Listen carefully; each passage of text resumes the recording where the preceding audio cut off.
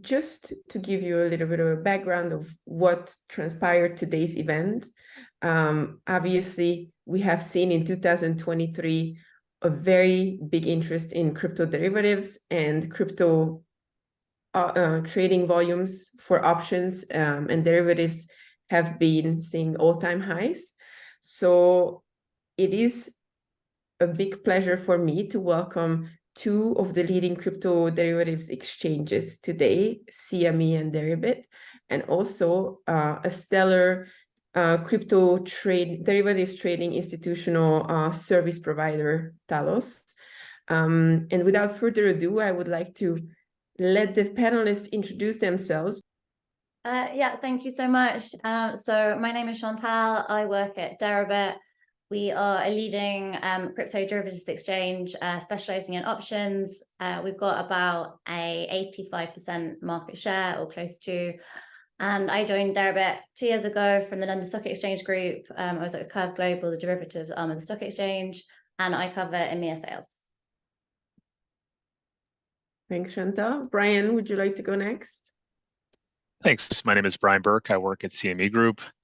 Our cryptocurrency futures and options platform is seeing tremendous growth lately. We're very excited about joining you on the platform today to discuss. And we've seen a lot of growth recently, and we think that being involved in these types of discussions is going to help further drive growth. I completely agree. And Tim? Yeah, thank you, Nikki. Thank you for having me as well. My name is Tim Kwok. I'm the head of sales in the Americas for Talos. Prior to Talos, I spent a decade in traditional capital markets, much like this panel here as well, trading derivative and vol products. Talos, for those that are not familiar, we're a trading technology company that helps power institutions with full end-to-end trading life cycle. So that's everything from pre-trade, trade, post-trade for digital assets, across spot, futures, perps, options, and FX products. We're connected to 60 plus venues. That's inclusive of exchanges, OTCs, as well as custody providers. And then, what we do is essentially we give our clients access to some of the deepest liquidity in terms of depth and breadth. Obviously, to the esteemed exchanges here that we're speaking with, and normalizing that in a single point of entry for them. Thank you, Tim. So obviously, it is not up for debate that crypto options and crypto derivatives are extremely crucial to the market. And even though we say that we're in a bear market at the moment, that didn't stop interest in crypto derivatives. And it's something of a frontier that will, I think, bring on mass adoption. But I would like to get your insights, Brian and Chantal, because you obviously see the volumes, you see the market activity firsthand. Could you give us some color on what volumes you've been seeing this year? How have you seen the options market growing on Deribit and CME?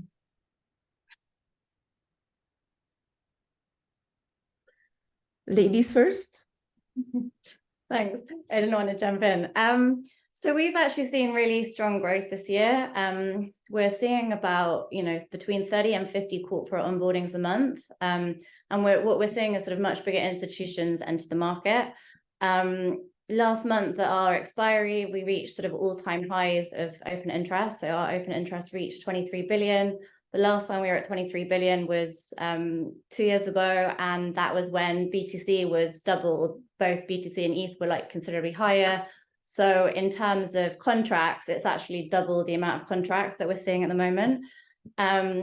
Also, last month, our options volumes increased by 68%. So we saw sort of huge growth, and that was in the lead up, sort of the expectations of the spot ETF being approved. So we saw volatility return.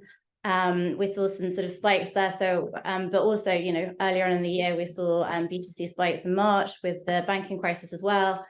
And with ETH, we saw OIM volume spikes around sort of the ETH merge and also the upgrade. I think also options, what's been interesting to sort of follow is sort of notionally options as a percentage of overall derivatives has been sort of slowly increasing. It's still quite a small sort of percentage, but it is steadily increasing. And there's some sort of interesting charts that you can see that do that. And yeah, I think kind of the key takeaway is sort of the different types of clients. So it's much bigger institutions. We're sort of seeing a much, before, 2 years ago, we were onboarding clients. Now there's very much a sort of mutual onboarding. So we're having to fill in these sort of horrible due diligence questionnaires, particularly post FTX, numerous questions, sharing financials.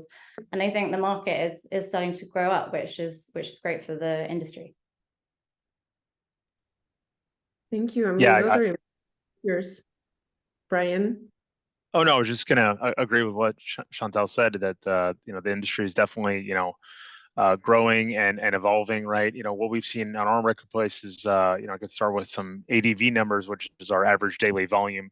In October, across the futures and options suite, we had 44,000 contracts average daily volume, which is up 73% on October versus September. I don't want to bore everyone with too many stats, but yeah, the overall theme is we've had lots of volume records, right? Bitcoin futures up 35% month over month. We've had new open interest and volume records.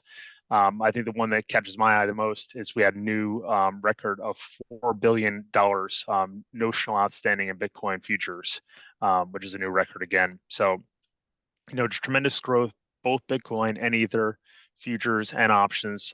We think that the area for growth in the future is going to be options. When you think about it's coming from a smaller base versus the futures, but we think there's a lot of different participants that can be brought into the marketplace that weren't really there before. As far as the client base, it's getting more diverse, and we think there's more opportunity for that to increase in the future as well. When you think about, there's not only crypto native players and prop trading firms, but also like larger institutions, banks that are getting involved, and we think that that's been a very good differentiator for us in terms of trusted platform, that type of stuff, where clients are definitely responding to margin offsets that we have on our platform. Those types of value propositions are key for our customers. That sounds incredible, all of these all-time high records.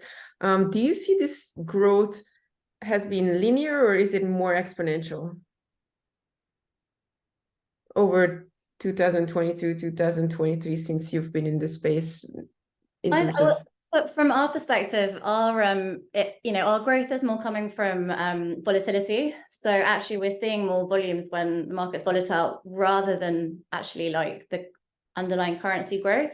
So everyone jumps in. So actually, what's been interesting is we have reached sort of like all-time lows in terms of volatility this year. So it's been pretty and I think we've all been waiting for catalysts in order to sort of get excited again, which is kind of like the spot ETF. The halving next year could be a catalyst. I think in July this year, ETH actually overtook BTC in terms of overall open interest on Deribit, which was sort of the first time that happened. But now BTC is back and everyone's interested in BTC again. And sort of ETH has been, I think, out of our open interest, I think we've got about 6 billion is ETH and 12 billion is BTC. And so you can just see how that's changed from July. So it has been sort of like slow and steady. But obviously, when there's a catalyst like the banking crisis, the ETF approval, that's kind of when we're seeing these sort of big spikes, basically. That must be so interesting to see all of this data and how the market changes. Tim, so Talos obviously makes it possible for institutions to enter the crypto derivatives trading space. It makes it easier. It gives it a good user experience. But can you tell us a bit more about what are the key problems that Talos is solving for derivatives? Yeah, absolutely. I think if you think about it, right, managing a nonlinear trading book is very complex. And what we've tried to do is basically provide the same level of quality for derivatives trading specifically that our clients are used to from traditional markets, right? We've built, or Talos as a whole, have built high performance trading systems in traditional markets and FX rates, equities, things like that. And most of our team comes from capital markets, right? So when we form the company and start thinking about exactly what we're building, we decided to build it from scratch because there's certain nuances within the crypto market. The fact that you can do end-to-end workflow and settlement workflows within this, there's a slight missing component of a prime, right? So there's all these different elements here that you can essentially stitch together different types of solutions. Some specific problems that we're trying to solve, is normalizing and unifying that access to a larger liquidity pool for our customers, the ability to kind of manage your risk, as well as advanced execution tools that overlay on top of that for institutions that they're very familiar with, right? So for an options book specifically, the ability to do dynamic delta hedging for your options exposure, as well as kind of multi-leg spread trading, calendar spreads, future rolls, things like that. And then basis trading, which is, kind of a caveat that a lot of folks are very used to from traditional markets trading basis, right?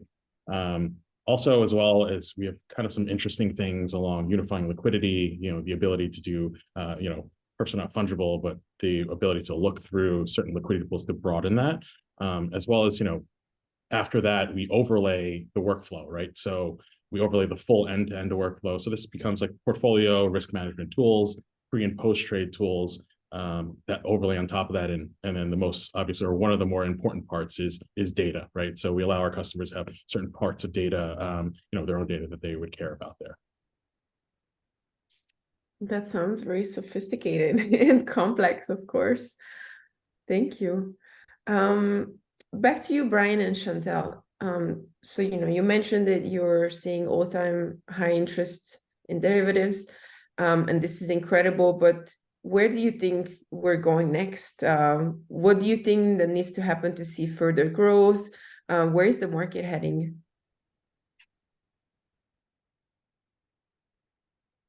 Do you want to go first? I can take that one first. Oh, sorry. Go ahead. No, I was saying you go first this time.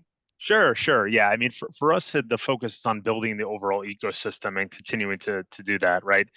When you look at, as Tim was mentioning, ecosystem around products and, and building that type of stuff, like that's something we see, in traditional finance markets where you have, like, say, the S&P complex, where you have options, futures, dividend markets, that type of stuff. That ecosystem is so key for our customers to be able to, hedge very specific pieces of risk. I look at things similarly in the crypto market where you have, Ether, Bitcoin. We have our standard size products, which are for institutions, our micro size products, which are for retail traders. We have, euro denominated futures for those looking to have their margin denominated in different currencies.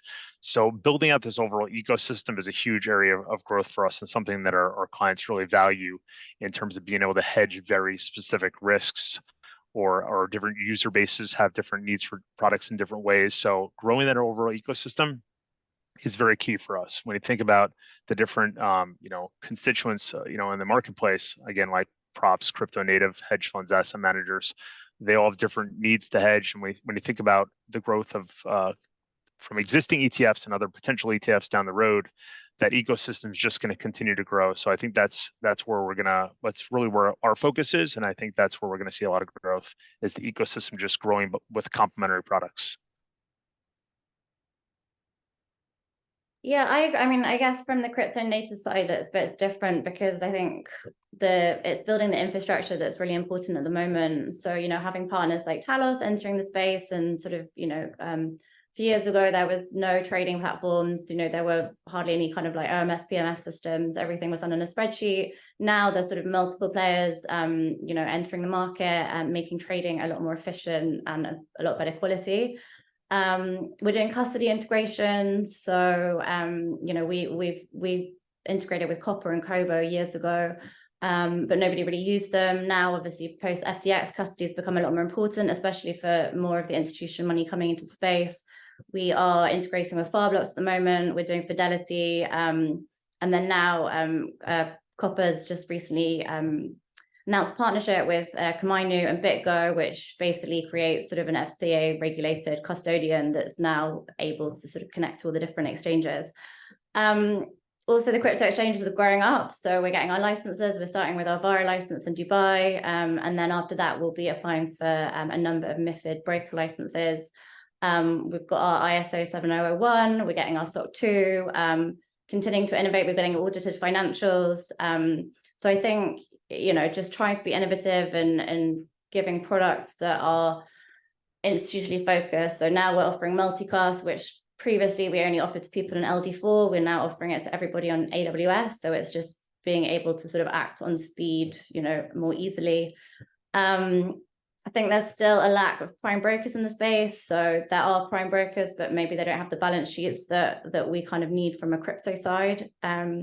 And then I also think it's the competition. I think it's been great. So I actually wrote in our newsletter about how well CME have been doing, because obviously when CME does well, it's good for Deribit because it gets hedged on Deribit. So we want the competition to come, and we've got sort of an amazing market share, which we know we're not going to have forever, and we don't want to. And even sort of the more crypto native firms who, Bybit, Binance, OKX, who've launched their options, what we're seeing is that we're not losing market share to them. They're growing a little bit, and we're not losing market share, but they're activating. They've got a massive retail base, and they're activating new users who, then might start trading on Deribit as well. There'll be ARB opportunities. So I think that sort of, we would like the competition to come and sort of help to grow the overall market. So it's nice to see kind of competitors doing well as well. That's a nice sentiment. Brian, how do you feel about this? Yeah, I absolutely agree. I use this term all the time, growing the pie, right? That this doesn't have to be, Deribit and CME. We don't have to be, fighting each other when we can, the customers trading on both platforms is growing the pie, right? And then you see this in other markets, as I mentioned before, referring to, traditional finance markets like S&P or NASDAQ, right? Those different exchanges competing and having people offsetting their risks in different ways with different products, that benefits everybody, right? So to see, customers trading on both platforms and using different platforms and different exchanges for different needs benefits everybody. So I couldn't agree more. Yes, tide lift all boats, right? So I think what is the saying, that we can go further together? I actually don't know what is the right expression, but there's something about, and that's actually, I share your sentiments, and it's very nice to hear that you believe that competition improves the market and it benefits everybody. So Tim, Chantal mentioned that Deribit and Talos has been working together, and that there's a lot of work to be done, and this is a really fast-moving space. So from your experience, what are the major problems, hurdles around the crypto derivatives trading infrastructure in general? What still needs to be done? What are you working on?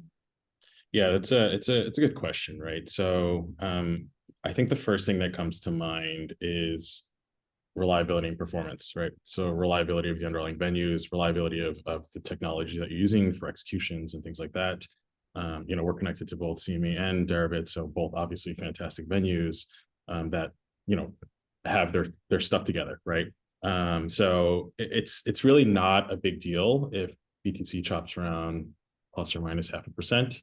I think it's just happy days, when it's low volatility environment. But really what matters is effectively, how your systems perform in times of volatility specifically, and exactly how you treat those times, or whether it's like what happens when things disconnect, order protection. Those are all things that Talos tends to do. And we've seen our fair share, obviously, of volatility, right? So a QSIP gets listed, the entire market goes wild, right? Obviously, volumes all uprise there. And it's really about, the reliability of the system, as well as your underlying liquidity providers to be available there. So, our clients or our collective clients can effectively trade their risk and be able to put on positions or unwind positions, depending on whatever they're trying to do. So long story short is effectively we've tried to, we've built the best in class connectivity. So to some of the best in class venues. And for example, like we've recently built CME connectivity, which is co-located in DC3, which is, not easy to do. It's not an easy kind of lift from our side, but we've done it from previous markets, and we've employed very similar themes and understanding the infrastructure and the nuances there to ensure that we do that correctly for our customers and as well as our tech stack. The other side there is, ability to provide advanced execution capabilities across the board with venues, on top of like Deribit, or if you're going to do, as Chantal mentioned, exchange arbitrage. So maybe you want to trade something on Deribit and CME, and the ability to trade between those two exchanges in a normalized fashion. So, and then we overlay the tools on top of that, right? So algo execution, as I mentioned, we do transaction cost analysis, which is table stakes in kind of institutional markets, right? And then best X. So being able for our customers to see, did I actually get best execution via our smart order router or something like that? And to be honest, like I said, It is table stakes for institutions that have a fiduciary responsibility in investor capital. So, the ability to kind of standardize that for institutions is what they expect. Especially, like, what's really important there is when you're moving sizable amounts of risks and sizable positions, that's where the reliability happens. If you're doing small trades, like, that's not, I don't want to say that's not important, but it's more important, obviously, when larger institutions that are coming into space have very large books, moving large volumes, and being able to do that efficiently in a manner. Incredible. Let me turn this question back around to Chantal and Brian. From your perspective, is there anything from the infrastructure providers that you would like to see happening in Q4 next year? Anything that would make your life easier or would bring in additional volume and interest?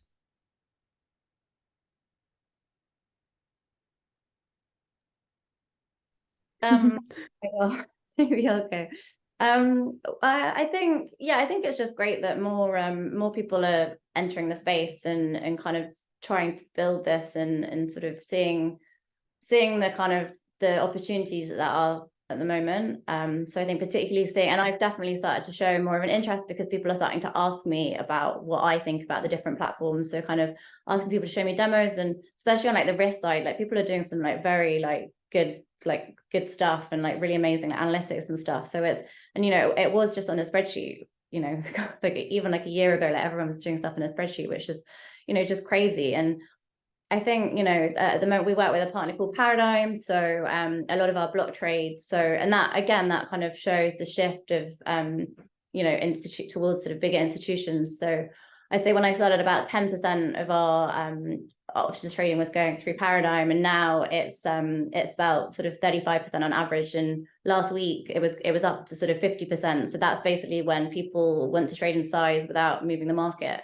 So that kind of shows that there's more institutions, and there's a lot of competing products that are now kind of entering the market to sort of compete with Paradigm. And I think that will again be good because Paradigm is very dominant in that kind of niche. And I think probably, again, like I kind of alluded to earlier, I think prime brokers just having that kind of capital efficiency at the moment. You have to pre-fund all the different exchanges, and it's like highly capital inefficient. You can't, it just doesn't work. And so it'll be nice to sort of, some of the bigger ones to go live with their options, which they haven't done yet. And then potentially see at some point, I don't think it'll be anytime soon, but one of the banks entering the space, and hopefully with kind of the regulation and the growing up of the exchanges at some point, this will happen. Yeah, I'd say from my perspective that the amount of innovation in the crypto space is certainly tremendous when you think about what technology wise some of these platforms have been able to accomplish and facilitate versus the TradFi markets. It's very different, right? And I think that the innovation's been fantastic. I think the challenge as an industry is sometimes you can only move as fast as the slowest player, right? You might need both sides to have the ability to implement some new technology or new way to facilitate better trading. So I think that's always a challenge to get some of the slower players to move. And I think that some of the players that were trying to get into the marketplace, like you mentioned, Chantal, like the banks, right?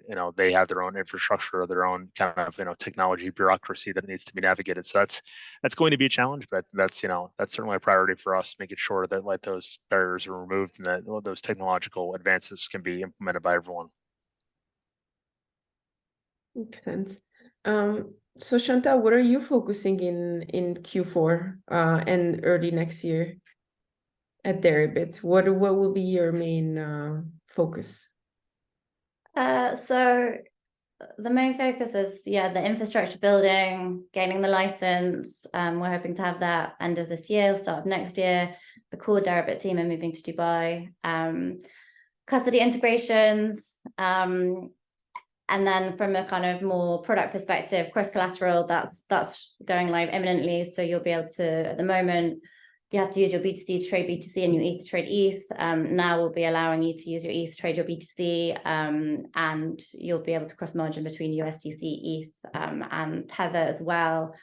Linear options are starting at the start of next year. So we are planning on listing 3 linear options. So XRP, Matic, and oh God, I've completely forgotten the last one. Anyway, XRP, Matic. And anyway, so yeah, so that will be kind of like trying to activate more of the retail basically, because they're kind of more interested in the linear ones. So that's our kind of like, and also audited financials. We're hoping to have that done very soon as well. Amazing. I mean, there's a lot of new product launches, which is really exciting, and it looks like a very fast moving space. From CME's perspective, Brian, what will you be focusing on in these coming quarters? Very focused on Bitcoin and Ether and growing that current ecosystem. That's our, I don't want to say singular focus, but very much our focus right now is making sure that we feel like we built a good product in terms of the futures and options, and we have a lot of expiries across the options in both Bitcoin and Ether, everything from daily options the nearest week out to several months and into the second year. So making sure we build the liquidity there. We just rolled out a new market maker program. We have several market makers quoting screens. We just tightened requirements, and we currently have margin offsets between Bitcoin and Ether, between the cryptocurrencies themselves, but also we have margin offsets within the ecosystem, right? So we're trying to encourage customers to use the product in different ways, right? For instance, becoming more capital efficient by trading vertical option spreads is a way that you can do a directional play. So we're trying to get customers to do more of those trades as a way to get more out of what we've already built. So I'd say that's our primary focus right now. But yeah, certainly looking at other stuff like, can we partner with people, solve the custody issue, offer 24/7 trading. Those are all things that we're looking at. But in terms of the immediate future, the next 2 quarters, we're focused on, continuing to build on our strength in Bitcoin futures and options. And Ether. Thank you. Interesting. So throughout this whole conversation, obviously institutional adoption has been the keywords, or one of the keywords. Maybe we should elaborate on this a little bit more.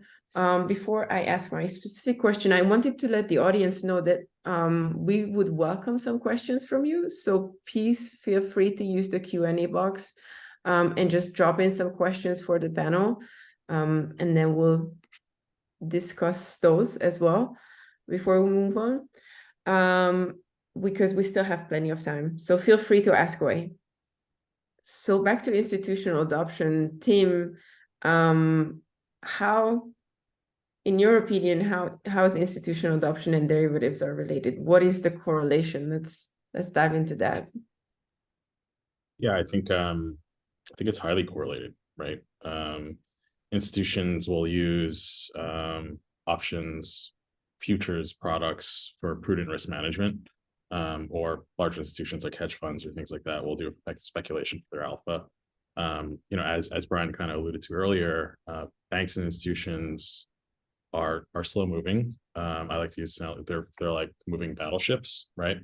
And effectively in that manner, I wouldn't say they wouldn't be successful if they only did cash instruments. Derivatives is a necessary toolkit for kind of trading and or risk management tools, right? So generally speaking, the growth in the derivatives markets and wider adoption will, I think, be hand in hand with institutional general adoption.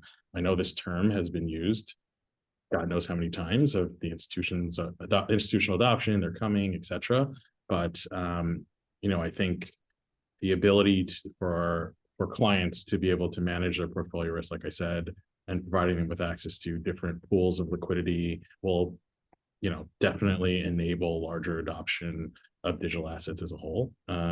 It's usually for the fact of their ability to express their view in the most capital efficient manner, right? Whether that be in derivatives or cash instruments. Some can't trade cash instruments. Some will only have, onshore constraints. Some can trade offshore, just depending on where your geography is and things like that you're operating in. And then, the other part of that is also thinking about just the customer type or the client type or institution that it is, where hedge funds, alpha generation, systematic strategies, build the ability to do something along those lines, or like a true asset manager, which asset liability management, static payoffs for options, which is exactly what options are made for, right? And then also like whether it be a large portfolio overlay for downside risk protection, if you're a long only portfolio or something like that. And then like, or, I won't list every single one, but like venture capital firms that are doing uncorrelated returns to invest in certain derivative products or digital assets as a whole. So. Yeah.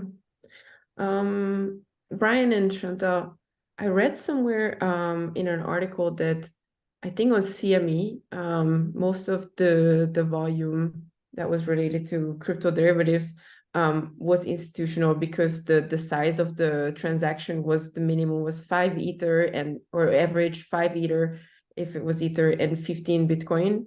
Do you have any interesting insights for us on institutional adoption, institutional crypto trading?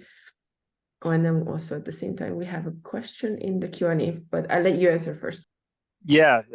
So as far as institutional adoption, yeah, like our standard size, what we call our standard size contract is 5 Bitcoin, right? So it's a larger size, and especially when you're talking about when Bitcoin was closer to $60,000, it was quite a large amount of size, right? And because of that, it was strictly a larger player audience, right? And that was kind of the rationale why we launched a micro Bitcoin future contract to make it more accessible, notionally to the smaller clients. But we think the clients definitely value that larger size for moving around large amounts of risk at one time.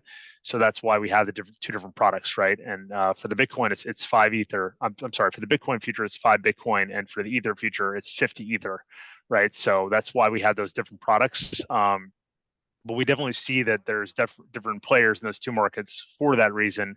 But we definitely see the arbitrageurs keep those markets, very closely in line. So we think it's important to have both those products. But the margin, as Tim was talking about, is a key thing that we keep on coming back to with clients. And it's no different if you're trading, a crypto product or any other product, right? Margin is so key to the institutional players to make sure they are as capital efficient as they possibly can be. Thank you.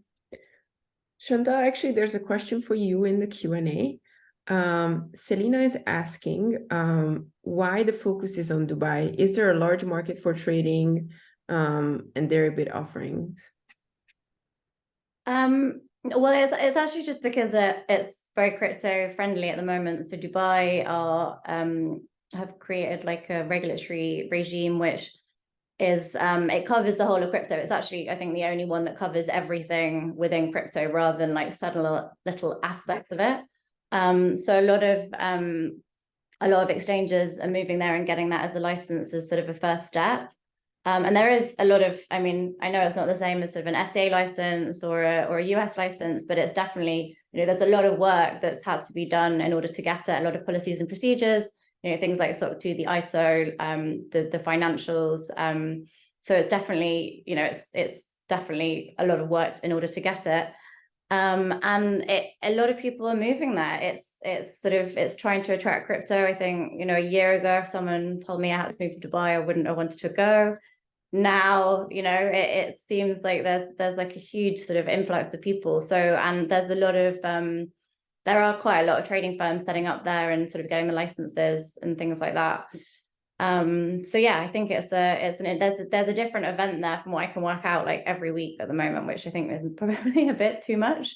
But yeah, it's definitely an interesting place to be. I agree. Are there other geographies that you're focusing on?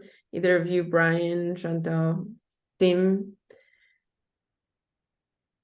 I was at Hong Kong FinTech Week last week, and there was a battle of regions panel discussion about Singapore versus Hong Kong versus Dubai, which was very interesting.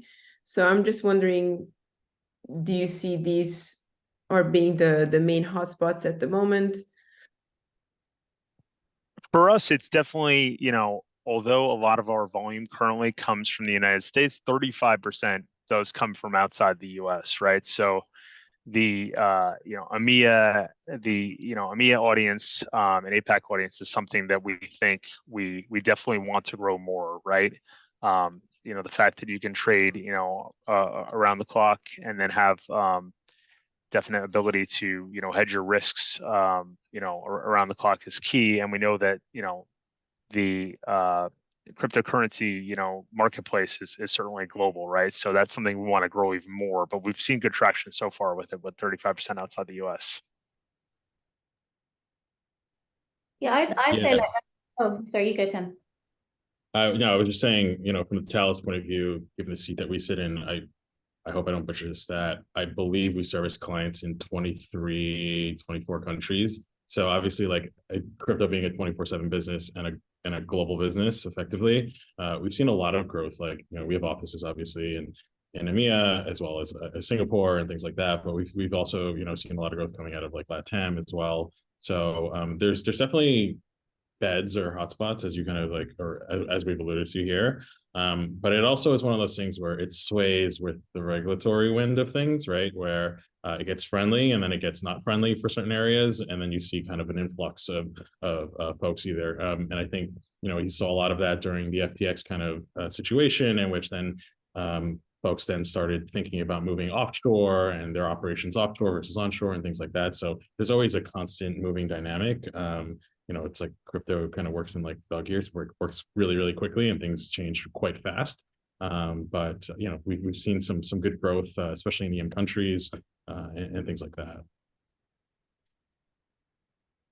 Yeah, I think there's a lot of growth in Asia. So when Deribit started, it was nobody was trading. We started in 2016, and it started as a spin-off of sort of Dutch market makers who started trading options, and the spreads were huge. And then in 2019, some kind of institutional money came in, and so the spreads got tighter. And then there's a big proportion of larger clients from Asia. So actually, like, you look at CME and just see how big a market share they've got in futures compared to options. And it's because a lot of the people that trade options aren't connected to the CME, right? So a lot of our clients aren't trading on the CME, whereas on the future side, a lot of those big crypto futures traders are already connected to the CME, so it's very easy to switch it on. So I think there's been a lot of growth initially from Asia, but now we've got a lot of the traditional guys that are now trading crypto. So I think that's definitely something that's happened the last couple of years. So the big options traditional guys now have entered the market. They're pretty transparent about the fact that they're in there. So I think the market has definitely got a lot more competitive, and it's still what I think some people who are originally speaking to Deribit and interested to start trading, I think they're very surprised by how competitive it is. So we've got our sort of top 10. Number 1 is about 5% of the market. This is in options, and number 10 is about 2% of the market.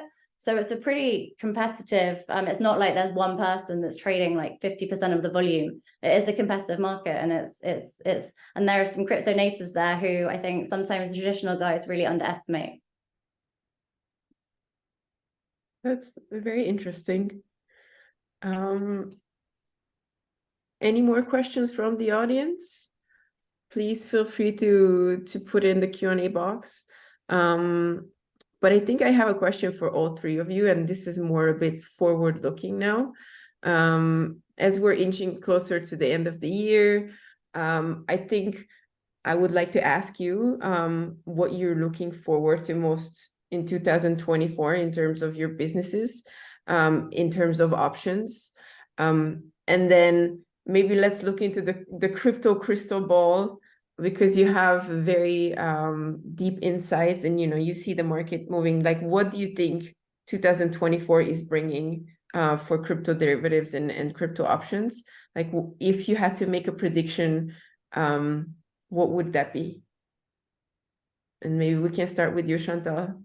Ladies first again. I think we're just going to continue to see growth. I think that options are hugely underrepresented in crypto. It's sort of the moment, I think it sort of goes between 1% and 3% of spot, and equity derivatives, it's sort of 35 times that. So it's sort of hugely underrepresented, and it's never going to get as big as traditional options, because you've got the perpetuals, so people can use perpetual contracts. for certain trading strategies where, you know, in the traditional world, you would use the options, but there's huge sort of space for growth. And I think that, you know, even with volatility reaching all-time lows this year, like we've still sort of seen good growth. And, you know, I think 30 to 50 corporate onboardings a month this year has been pretty impressive to see. And I think with the licenses, we should hopefully see more players enter the space. I think with the excitement of the spot ETF, again, you know, that's waking up sort of the wider world of people who've sort of been looking at it. Also, people leave, people set up their own firms and things like that. And the barriers to entry, you know, it's not like a CME where the barriers to entry of setting up on the CME is quite hard. Obviously on Deribit, it's not quite as, you know, it's more cost efficient. So yeah, I'm really bullish, and, you know, I'm expecting to see the competition start to heat up as well, which I think will be interesting. Thanks, Chantal. Yeah, from the Brian? CME side, I think that's what's encouraging for me is the growth despite low volatility, right? That you're still seeing, whereas like, you know, volatility in Bitcoin was, you know, north of 100, you know, now it's in the, looking at the money options, it's around 50%, you know, implied volatility, right? And it got as low as, you know, I believe the 30s recently. So despite that lower volatility, right, we're seeing growth, and that's very encouraging for me. I think, you know, we're really in the early innings here. You know, we're excited to continuing developing the futures and option market here. You know, clients value that for managing risk around, you know, Catalyst, you know, the Bitcoin ETF, the spot Bitcoin ETF that Chantal mentioned. I think that, similar to what I said before, is going to grow the overall ecosystem, and we're excited about it because we think there's going to be a lot more strategies for customers to trade around that product. Also the crossover from traditional finance players, you know, we have that opportunity a lot where, you know, let's say a client is trading, you know, nat gas or something like that, and volatility cools off there, and they're interested in looking at crypto, right? So I think there's a lot of that crossover potential that we're seeing on our side for customers that like are already familiar with our markets and they understand how CME Group works, and just to make that move over to crypto is very easy for them at that point. So we're seeing that, and I think that's going to be very exciting going forward. Thank you, Brian. I think from you know, from the Talos side, broadly speaking, this past year has probably been one of the most challenging years for a lot of companies operating in digital assets as a whole, right? The market environment has not been super friendly.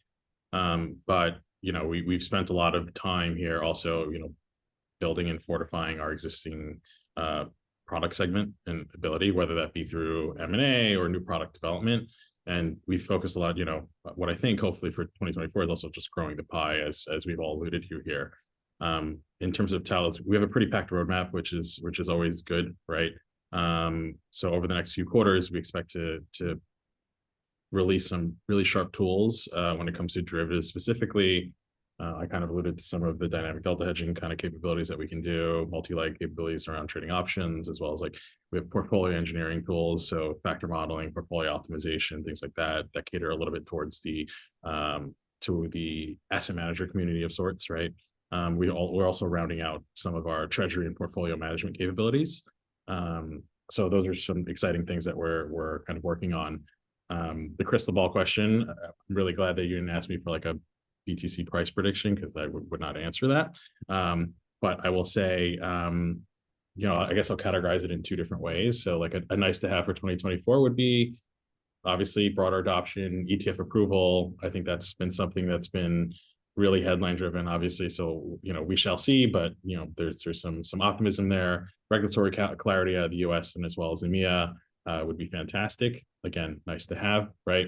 And then to have this, we at Talos have like a really unique vantage point of being like kind of an agnostic or neutral counterparty in the ecosystem. We're very friendly with LPs, the custodians, things like that, and our customers. So, you know, some of the conversations with some of the larger traditional institutions that we have, these are conversations we've been having for 2 years now, if not more, 3 years, things like that. So we're in a very fortunate place to be trusted by some of our largest institutional clients for their digital asset strategy. So we're really looking forward to kind of moving forward and growing the ecosystem, as well as, you know, with our clients and our partners. So yeah. Thank you. So I think you're all excited about next year, which is great. We all are, I think, on the CVS side as well. And I think great things will be coming in 2024 for crypto and blockchain. In the meantime, we have 2 questions from the audience. The first one is from Frank. How does the panel feel about the rise of new derivatives trading venues who are coming to play soon? And is more fragmentation a good thing for the market adoption? Who would like to take this question? I can talk about the fragmentation. I think that, like, if you were to use an extreme example, think about like the cash equity markets in the United States, where you have, dozens of exchanges, that is an area that I think sometimes people, vent frustration with, right? But I think there's kind of a sweet spot that I think that we're in right now, right? Where there's enough competition, but there's not fragmentation, right? So I think that the crypto marketplace is in a great spot where it's not just Deribit, it's not just CME, it's not just different liquidity providers, right? There's not just a few. There's enough where there's diversification of the offering and ways to execute, and different strategies to hedge in different ways, but it's not overwhelming where there's dozens of exchanges, right? That are getting most of the liquidity, right? While there are a lot of exchanges, I think that it's a lot of the volume is in a few where the customers know where to get size done if they need to.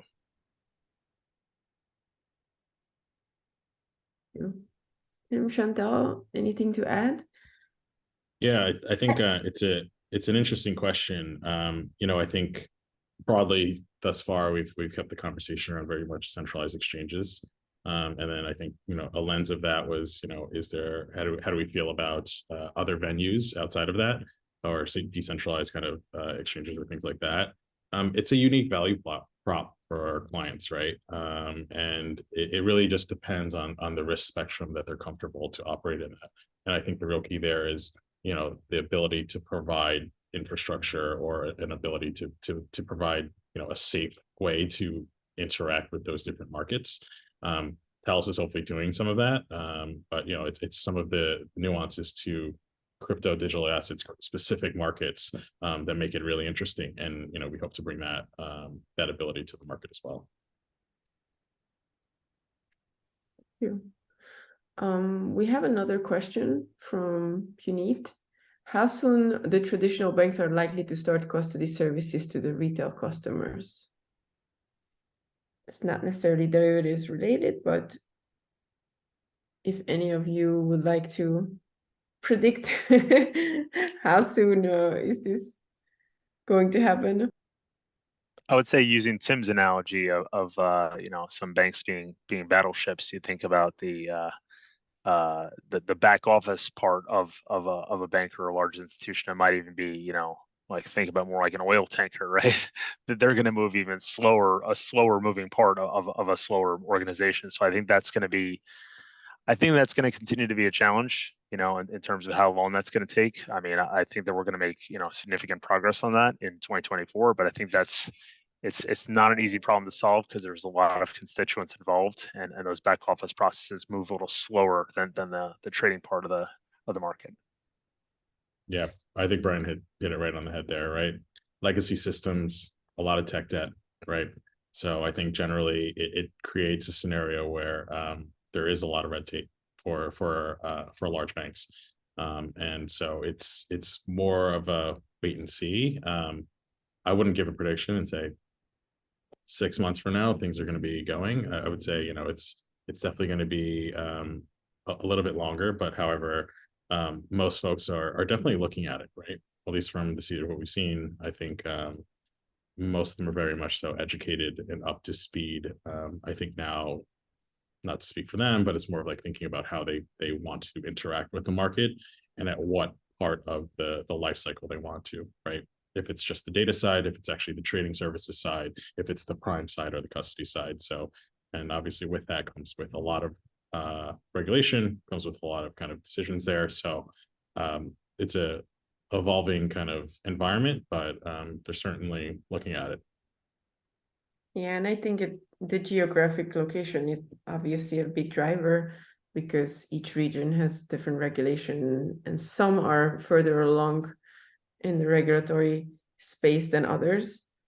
So just depends.